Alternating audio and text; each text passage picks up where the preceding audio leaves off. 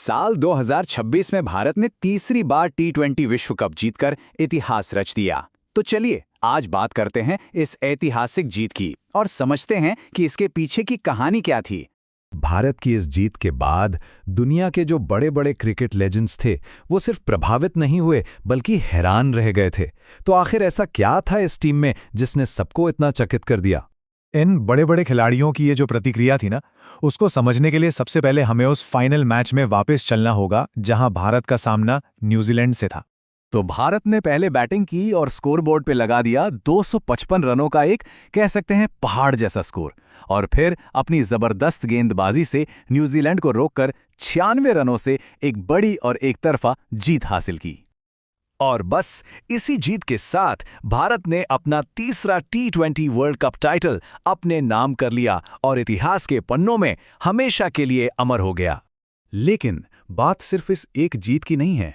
जो क्रिकेट के दिग्गज हैं उनका कहना है कि इस कामयाबी की जड़ें ना कहीं ज्यादा गहरी हैं। उन्होंने कुछ ऐसी खास वजह बताई जिन्होंने इस भारतीय टीम को कह लीजिए लगभग अनबीटेबल यानी अपराजय बना दिया है। जैसे कि सर विव रिचर्ड्स, उन्होंने उस मजबूत सिस्टम की बात की जो लगातार वर्ल्ड क्लास टैलेंट पैदा कर रहा है। और इसी बात को आगे बढ़ाते हुए कीरॉन पोलार्ड ने भी तारीफ की। उन्होंने तो डोमेस्टिक क्रिकेट से लेकर आईपीएल तक के पूरे स्ट्रक्चर को दुनिया के लिए एक मॉडल बता दिया। ड्वेन ब्रावो का भी यही मानना था। उन्होंने टीम के मैनेजमेंट और उनकी जो प्लानिंग थी ना, उसे लगातार मिल रही जीतों का एक बहुत अहम हिस्सा बताया।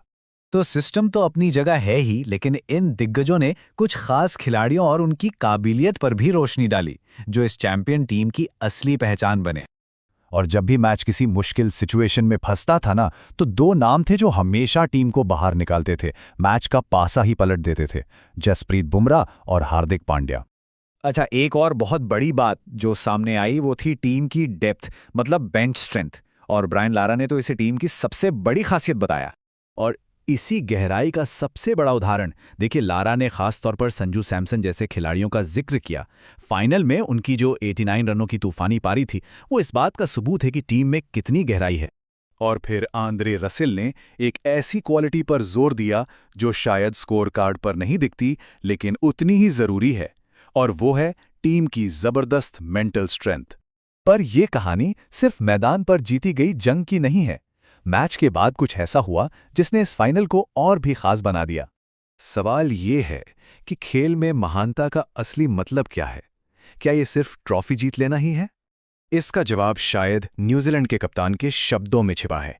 मैच के बाद उन्होंने जो कहा वो दिखाता है कि ग्रेस, रिस्पेक्ट और खेल की असली भावना क्या होती है। तो कुल मिलाकर देखें तो भारत की ये जीत सिर्फ टैलेंट की जीत नहीं थी, ये एक पूरे सिस्टम, एक मजबूत सोच और सच्ची खेल भावना की जीत थी, जिसे हारने वाली टीम ने भी सिर झुकाकर सलाम किया। और आखिर में ये जीत क्रिकेट की दुनिया के लिए एक बहुत बड़ा सवाल छोड़कर गई है। क्या ये वर्ल्ड क्रिकेट में एक नए भारतीय दबदबे वाले दौर की बस शुरुआत है?